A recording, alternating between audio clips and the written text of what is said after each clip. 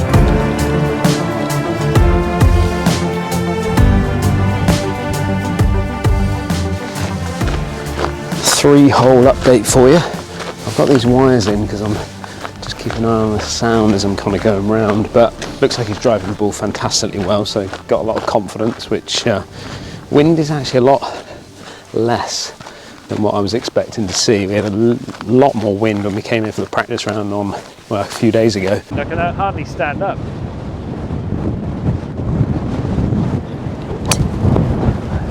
So it has quietened off. It might pick up as the day goes on, but just if you miss these fairways, miss these greens, you're in trouble. You can see there Paul making double bogey on the second hole there from being, what, 10 yards left of the green and just having really probably no shot from where he was. So just needs to steady the ship a little bit, get a couple of birdies to drop, get himself back to level, and then you can look at the back nine. But I'll give you another update when we get to the hole 7.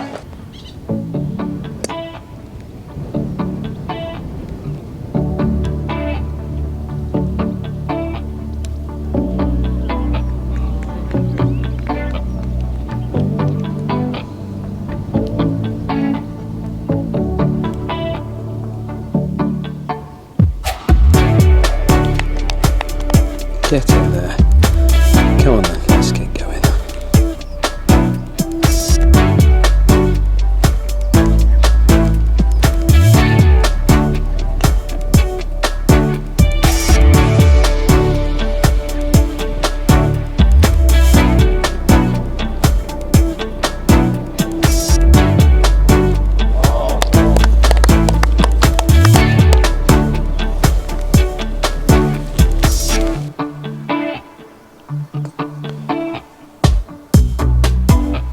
Paul got himself in there at about 175 in.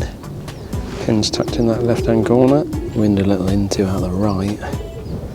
Well, it's more like straight into now.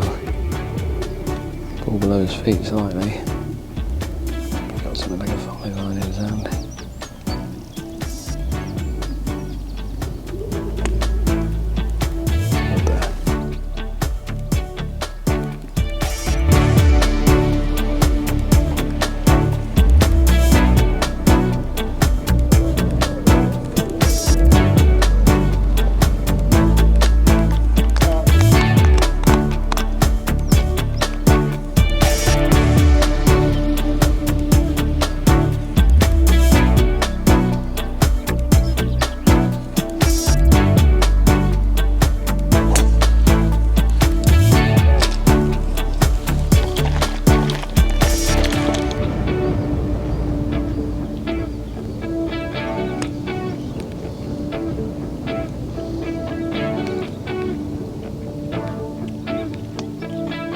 What about that then? Eagle birdie.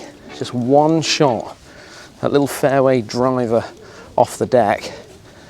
Just set up that eagle opportunity, and then to back it up with that par 3 birdie as well. Absolutely fantastic. Just steadied the ship for him. Just getting those lefts off those lies there with that second shot into the last hole, which, you know, they had so much room out to the right hand side. It was just one of those holes where the miss is right, without a shadow of a doubt. With the pin tucked in on that left hand side, you cannot be firing at that flag. Miss it left, completely short-sided himself. The other lad did it as well, but he managed to get up and down from a great pitch from the side there. So anyway, back to level. I believe James Ruth is 3 under and leading the way as we speak, which is absolutely fantastic. Let's hope James can keep his foot down on the floor.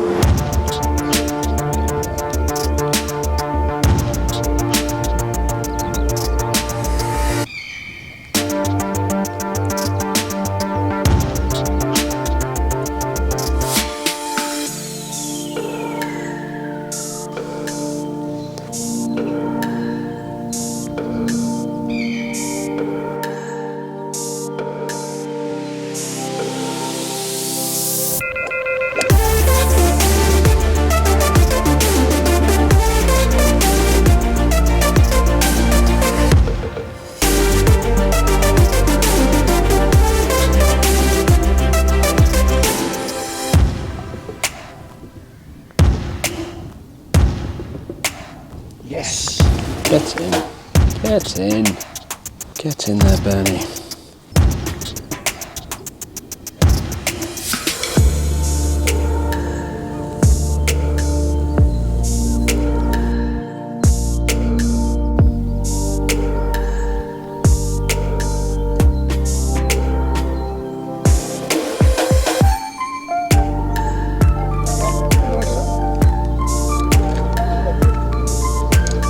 What an amazing difference a couple of days have, certainly on the links golf course. When Paul and I played here in the practice round, it was 30, 40, 50 mile an hour winds, and actually to get a score around level par was going to be a pretty good score and probably get you into the Open Championship. However, today Paul's 1 under through 9 holes, and I'm thinking that probably 5, 6, maybe 7 under gets in, because there's obviously only a few spots available. So amazing with the links golf course, isn't it? Get a little bit of breeze, a little bit of sunshine, firm up those fairways, scoring can get tough. However, if the breeze drops off and the greens are soft, scoring can certainly go low.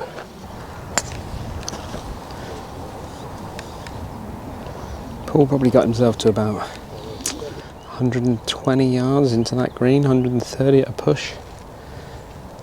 And he likes to get himself anything inside 130 yards into the green. He calls that kind of like his scoring zone. If he lays himself too far back, he makes less birdies. So he's always trying to push it up there as much as he can. Gone hoisted in the air. Has it gone left a little bit?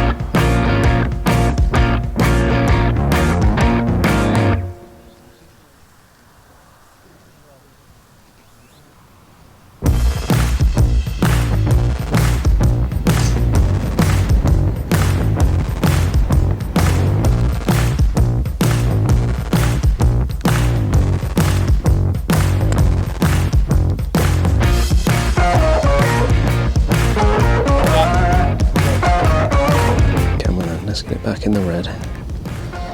Just getting back to 1 under. Very nicely. Especially off the tee.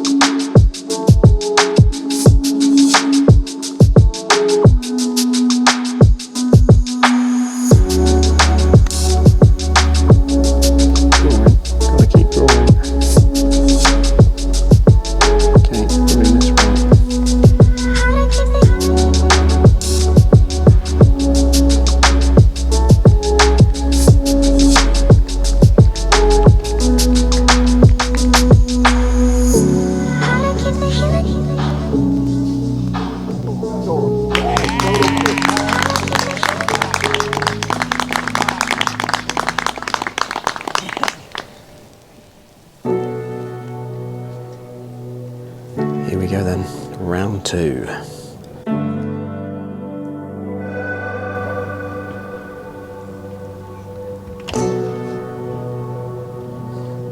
Pretty impressive drive from Book the first. Got himself into that narrow chute, probably gone a bit too far for him to be honest. Can't imagine he's wanted to put it there.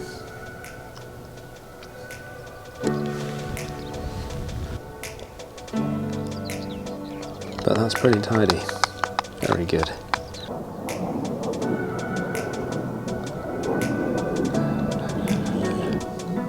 Too many of them. Okay, moving on.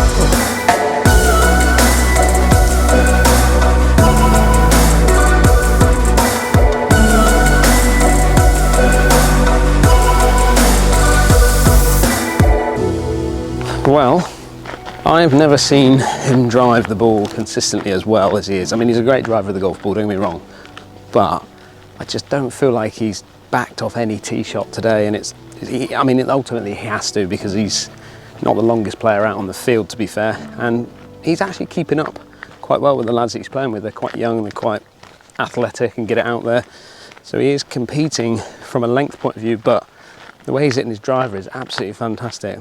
Back to 1 under. I feel like he's missed a few now. Every putt is so costly And I do wonder what's kind of going through his mind right now. I think he's probably going to start to press a little bit now. You'll start to see him going after a few more shots, which ultimately might be the risk, and it may pay off, or he may end up dropping a few shots on the way through. But let's hope he can roll in a few putts and get some birdies.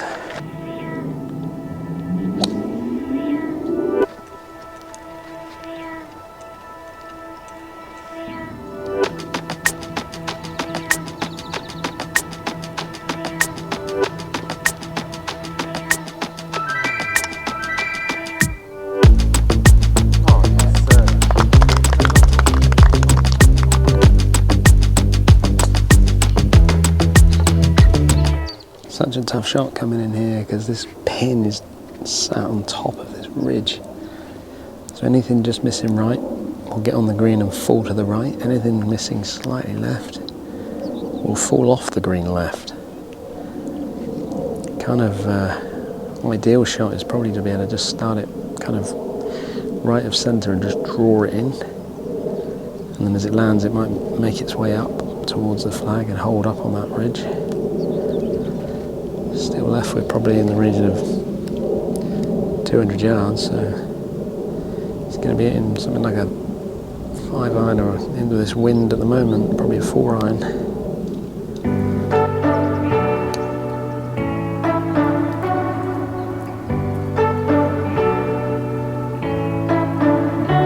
Yeah, that is such a good golf shot. Drew it in.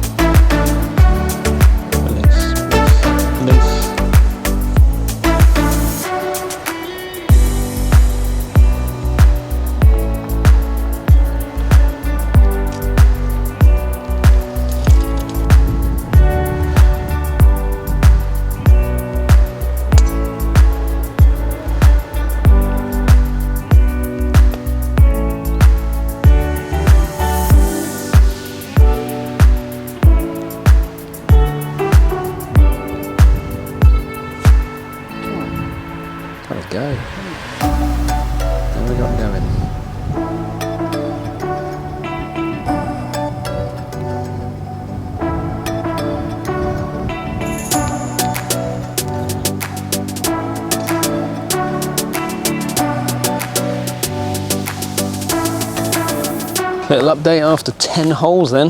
Paul dropped back down to now 1 over par for the tournament to this point, so he's dropped 2 shots on this 18 holes, and I said it earlier, but he's going to have to start pressing a little bit. What my concern is that he starts pressing too much off the tee, because he's been driving the ball so well. You tend to fall into this trap of trying to force it maybe off the tee box, which is not where he needs to kind of force it. He needs to sort of sharpen up those irons just a little bit, and if there was one sort of negative for his couple of rounds so far, it's definitely more his iron play. Not quite getting it right today, not quite getting the strike right. Few of them being a little bit low on the face, so just losing a little bit of ball speed, losing a little bit of control over those shots, so he needs to start shooting those irons just a little bit closer now.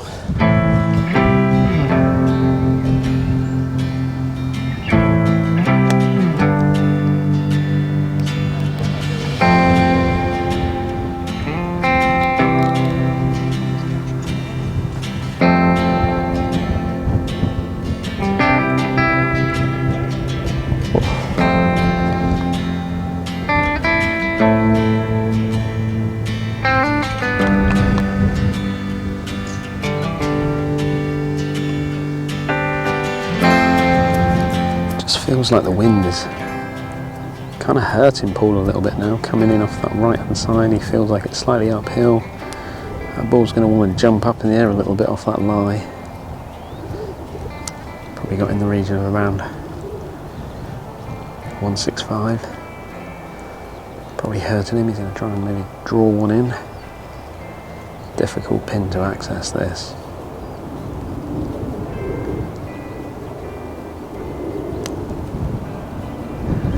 Hoisted it up in the air. That's dancing. Be the club, please, today. Oh, he's got a little ripple from the crowd. Great golf shot. Best iron shot of the day, that from him.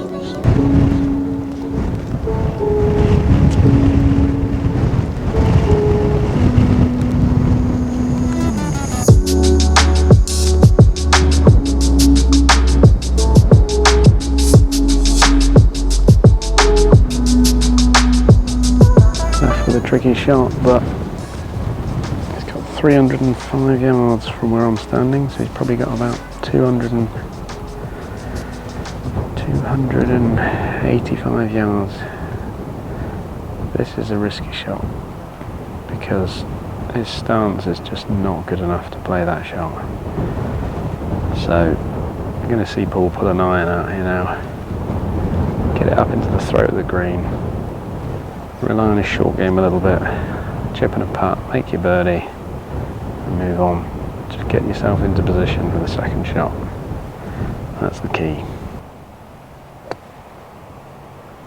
That's perfect. It's come out a little bit toppy, but as long as it doesn't run into that other trap, he'd be absolutely fine there. There they go, look. It's Chris Wood, Justin Rose. Both doing quite well at the moment. They're in the top 4 spots anyway.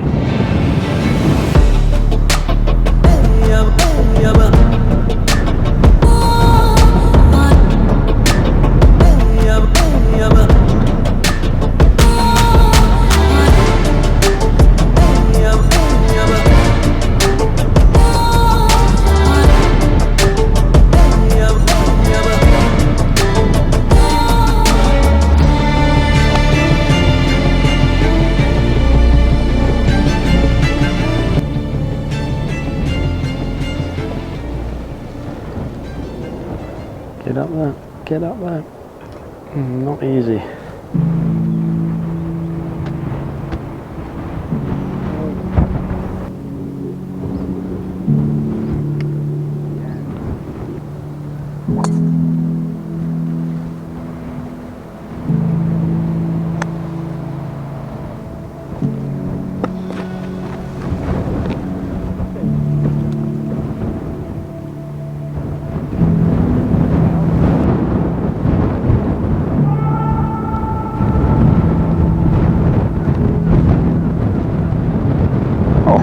You little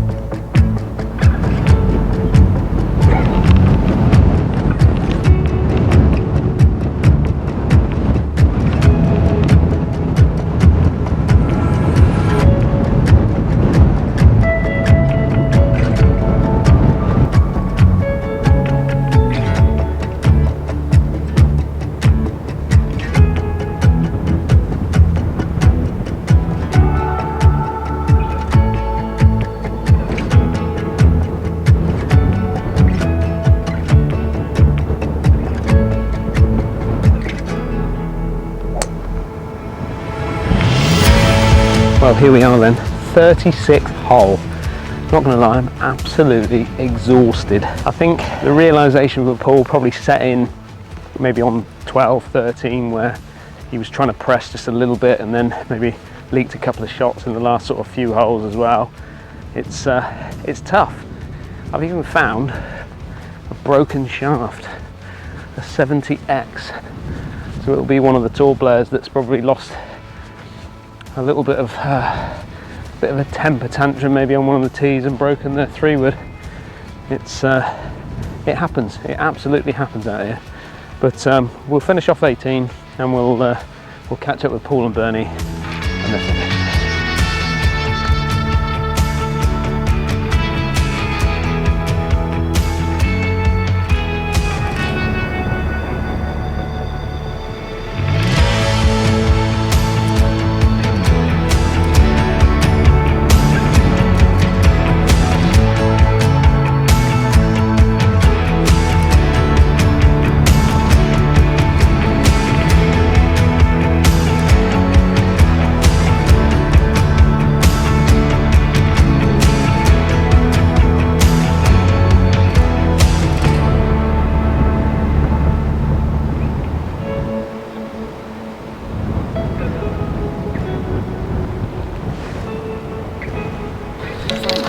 Well boys, the day has come to an end. How do you feel? A